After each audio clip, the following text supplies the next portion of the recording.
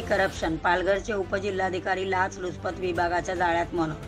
पालघर जिल्हाधिकारी कार्यालयातील सामान्य प्रशासन विभागाचे उपजिल्हाधिकारी संजीव जाधवर यांना एका प्रकरणात 50,000 रुपयाची लाच घेताना मुंबईच्या लाचलुचपत प्रतिबंधक विभागाच्या अधिकाऱ्यांनी अटक केली आहे।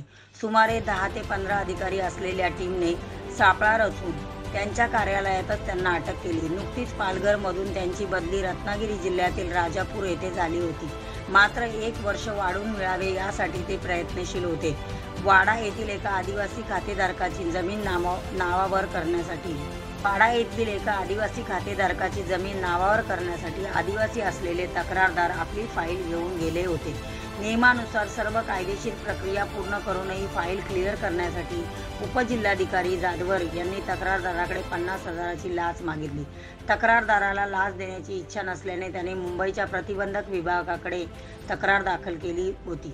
मंगळवारी दुपारी राष्ट्रीय अनुसूचित जनजाती आयोग यांच्या अध्यक्षांची पत्रकार परिषद पूर्ण केल्यानंतर ते आपल्या कार्यालयात आले।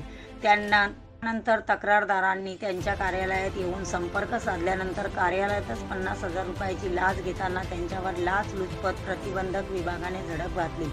या दरम्यान सुमारे 15 ते 20 अधिकारी कार्यालयातील सर्व कागदपत्रांची तपासणी करीत होते। या प्रकरणी गुन्हे दाखल करण्याची प्रक्रिया उशिरापर्यंत सुरू होती।